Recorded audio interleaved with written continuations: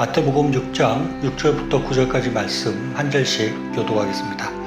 너는 기도할 때 내 골방에 들어가 문을 닫고 은밀한 중에 계신 내 아버지께 기도하라. 은밀한 중에 보시는 내 아버지께서 갚으시리라. 또 기도할 때 이방인과 같이 중언부언하지 말라. 그들은 말을 많이 하여야 들으실 줄 생각하느니라. 그러므로 그들을 본받지 말라. 구하기 전에 너희에게 있어야 할 것을 하나님 너희 아버지께서 아시느니라. 그러므로 너희는 이렇게 기도하라. 하늘에 계신 우리 아버지여, 이름이 거룩히 여김을 받으시오며. 오늘 읽은 본문의 말씀은 예수님께서 제자들에게 기도를 가르쳐 주시는 장면입니다. 예수님께서 이 땅에 오셔서 많은 것들을 가르쳤지만 특별히 기도는 아주 특별하게 구체적으로 가르쳐 주셨다고 할 수 있습니다. 우리가 신앙생활하면 기도하는 것, 찬양하는 것, 말씀 읽는 것 이런 거 생각할 수 있는데, 그런데 예수님께서 찬송하는 것은 가르쳐 주지 않으셨습니다. 그런데 기도는 아주 자세하게 또 많이 가르쳐 주신 것을 성경을 통해서 확인할 수 있습니다. 당시에는 무슨 찬송가도 없었고 찬송하는 것이 일반적이지 아니었으니까 그렇다고 할 수도 있지만, 찬송도 중요하지만 기도가 굉장히 중요하다는 것을 우리가 예수님의 말씀들을 살펴보면 그것을 발견할 수 있는 것입니다. 오늘 읽은 본문의 말씀에는 예수님께서 주기도문을 가르쳐 주시면서 구체적으로 어떻게 기도해야 되는지 그 기도의 모범을 말씀해 주고 계십니다. 그리고 예수님은 평소에도 기도 생활을 하는 모습을 보여주시고 제자들에게 기도의 모범을 보여주셨습니다. 그리고 예수님은 십자가의 죽음을 앞두고 기도하시면서 특별히 또 제자들을 같이 데리고 가서 그곳에서 기도하는 모범을 보여주시고 기도할 것을 요구하셨습니다. 사실 기도는 우리 기독교 신앙에서 가장 중요한 것이라고 할 수 있습니다. 기도는 기독교뿐만 아니라 모든 종교에서 기도가 가장 큰 비중을 차지한다고 할 수 있습니다. 왜냐하면 종교라는 것이 절대자에게 또는 큰 힘을 가진 존재에게 자신의 소원을 구하는 것이라고 할 수 있기 때문입니다. 세계적으로 대부분 나라에서는 하늘의 태양이나 달을 보고 소원을 빌기도 하고 큰 산이나 또 큰 물이나 나무에게 소원을 빌기도 했습니다. 우리나라 무속신앙에서도 밤에 달을 보고 그릇에 물을 떠다놓고 그것을 달 보고 이렇게 비는 그런 것을 흔히 볼 수 있습니다. 이렇게 기도는 어떻게 보면 사람의 본성과 같아서 뭔가에 대해서 복을 빌고 뭔가의 소원을 비는 그런 것이 있다고 할 수 있습니다. 대부분의 사람들은 어려운 일을 당할 때 이렇게 기도를 한다고 할 수 있는 것입니다.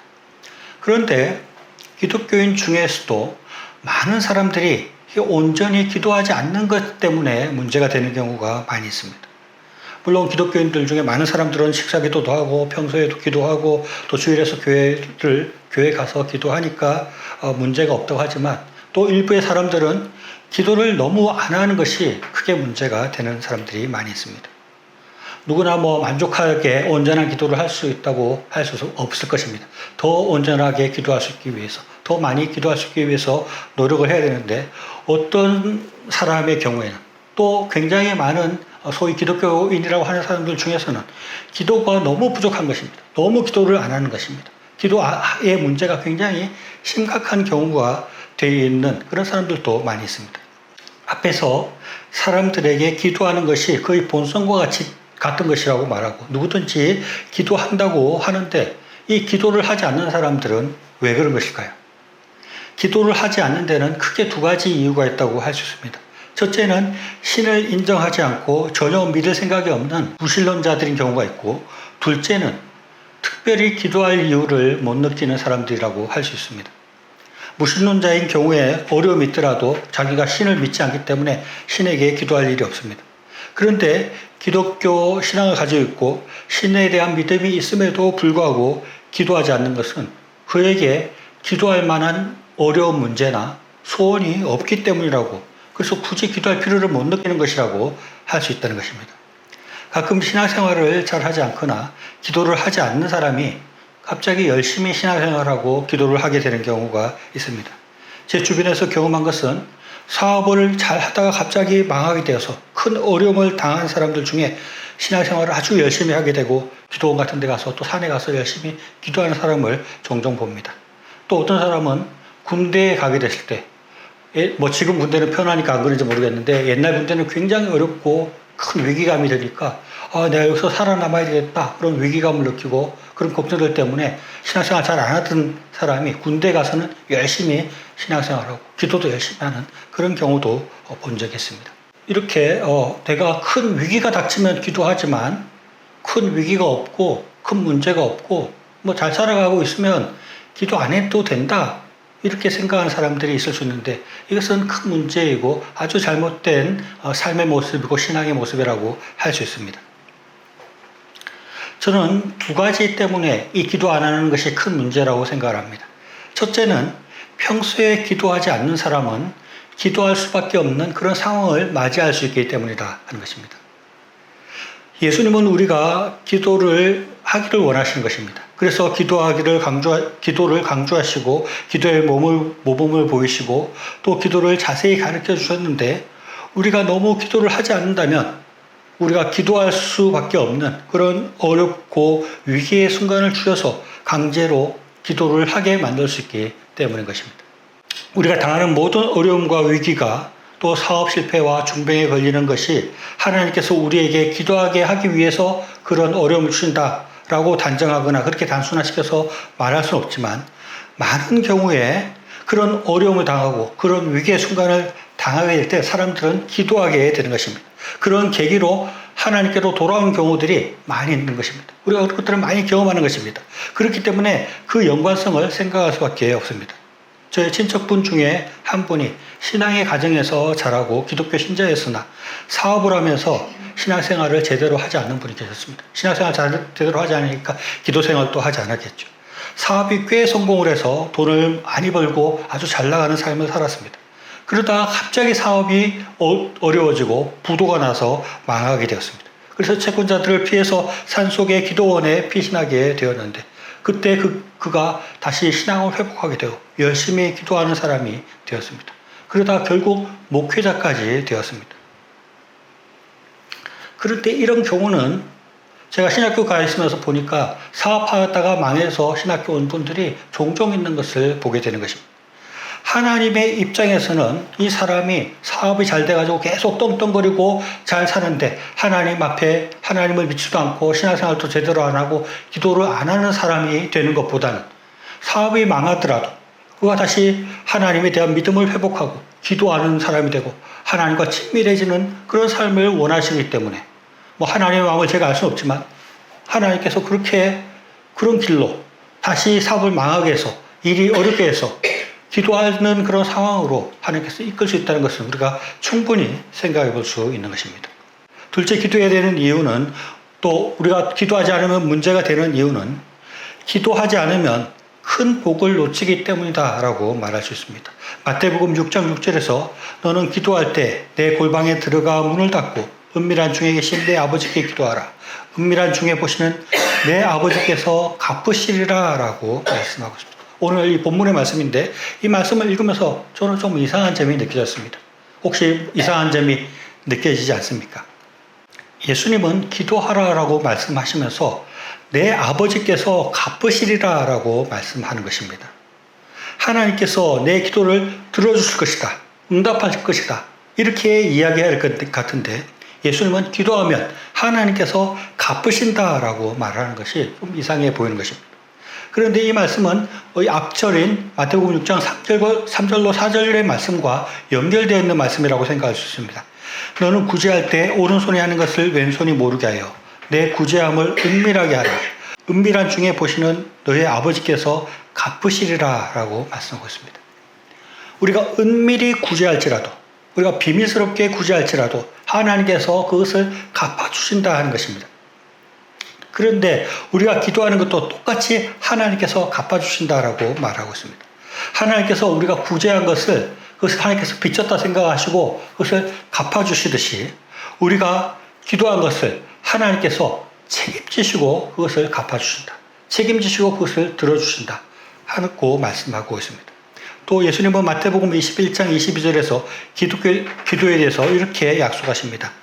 너희가 기도할 때 무엇이든지 믿고 구하는 것은 다 받으리라 라고 말씀한 것입니다. 또 하나님께서도 이렇게 약속하십니다. 예레미야서 33장 2절로 3절입니다. 이를 행하시는 여호와, 그것을 만들어 성취하시는 여호와, 그 이름을 여호와라 하는 이가 이와 같이 이르시되 너는 내게 부르짖어라.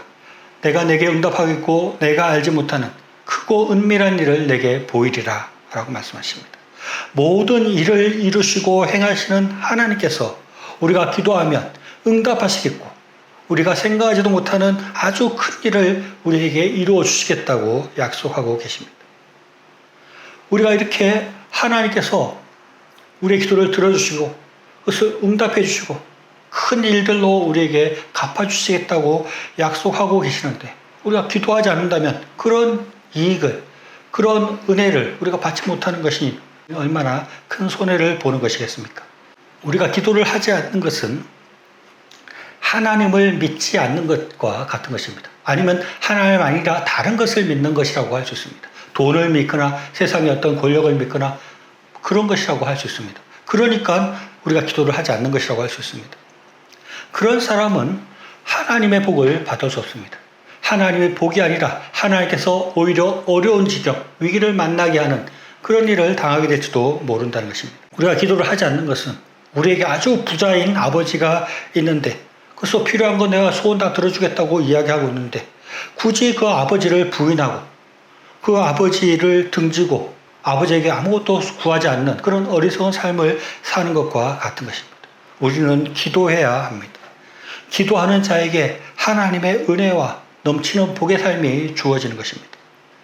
당장 그렇게 큰 위기가 없고 내가 뭐 특별히 해결해야 될 문제도 없고 곤란한 문제가 없어서 기도하지 않는다고요. 나에게는 그런 기도해야 될 뭐 특별한 어려움이 없다 이렇게 생각하고 있다면 그것은 지극히 교만하거나 아주 어리석은 생각이라고 할 수 있습니다. 예수님도 아침마다 나아가서 기도했습니다. 예수님은 틈이 날 때마다 광야에 가서 기도하시고 산에 올라가서 기도하셨습니다. 이 기도는 꼭 나만을 위해서 기도하는 기도가 아닌 것입니다.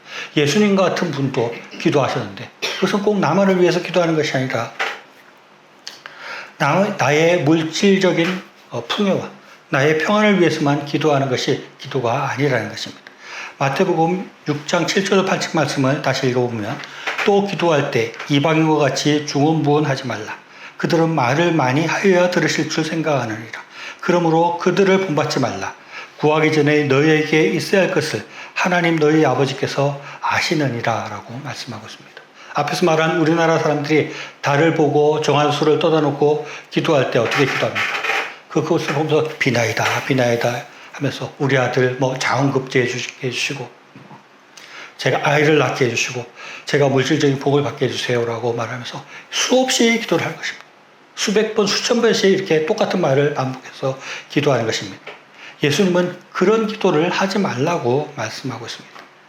그런 세상적인 것들, 나의 유익을 위한 것들, 내가 더 잘 사는 것들, 그것을 계속해서 반복적으로 기도하는 그런 기도를 할 필요가 없다는 것입니다. 그렇게 뭐 수천 번 해야지 하나님께서 듣는 것이 아니라 하나님께서는 이미 우리의 형편을 알고 계신다고 말씀하고 계십니다. 그러면서 예수님께서는 이렇게 구하라라고 말씀합니다. 그것이 그 밑에 나오는 주기도문의 기도 내용입니다. 그것은 하나님 나라를 위해서 기도해라는 것입니다. 하늘에 계신 우리 아버지여 이름이 거룩히 여김을 받으시오며 나라가 임하시오며 이렇게 기도하듯이 우리가 하나님 나라를 위해서 기도해야 된다는 것입니다. 그리고 우리가 이웃을 용서하고 나의 죄가 용서받기를 위해서 기도하라고 말씀하고 있습니다. 그리고 우리가 시험에 들지 않기 위해서 기도하라고 말씀하고 있습니다. 그리고 우리가 일용할 양식을 위해서도 기도하라고 합니다. 이것은 물질적 풍요가 아니라 내가 당장 하루 먹고 살 것을 위해서 그런 어려움이 있을 때 기도하라고 말씀하고 있습니다. 우리가 기도하는 것은 당장 나의 위기나 어려움이나 내가 더 잘 사는 것을 위해서만 기도하는 것이 아니라 하나님 나라를 위해서, 이웃을 위해서, 또 중요한 것은 사탄의 시험에 빠지지 않고 죄에 빠지지 않기 위해서 우리가 늘 기도해야 한다는 것입니다. 하나님께서는 우리에게 이렇게 기도하는 자들에게 복을 주신다고 약속하고 계십니다. 우리는 기도해야 됩니다. 조용한 곳에서 기도해야 됩니다. 시간을 정해놓고 기도해야 됩니다. 아침에 일어날 때 기도하고 또 밤에 자기 전에 시간을 정해놓고 기도하는 그런 습관이 필요한 것입니다. 또 때로는 특별한 교회에 가서 기도하거나 기도원에 가서 기도하거나 그런 기도의 생활들을 해야 하는 것입니다. 그렇게 우리가 기도할 때 하나님께서 우리를 기쁘시게 보시는 것입니다. 하나님께서 우리의 삶을 인정하시고 더 큰 복으로 채워주시는 것입니다. 우리가 기도하지 않으면 하나님께서 강제로 기도하게 하실 수 있는 그런 위험을 떠안는 것입니다. 우리가 기도하지 않으면 우리의 시험에 들게 되고 죄에 빠지게 되고 하나님의 징계 앞에 놓이게 될 수 있다는 것을 생각하고 하나님께서 우리의 기도를 들어준다고 약속하시고 우리가 기도할 때 우리에게 크고 은밀한 것들을 보여주시겠다고 약속해주고 있다는 것을 기억하면서 늘 기도함으로 더 크고 복된 삶을 살아가는 저여러분의 삶이 되시기를 바랍니다.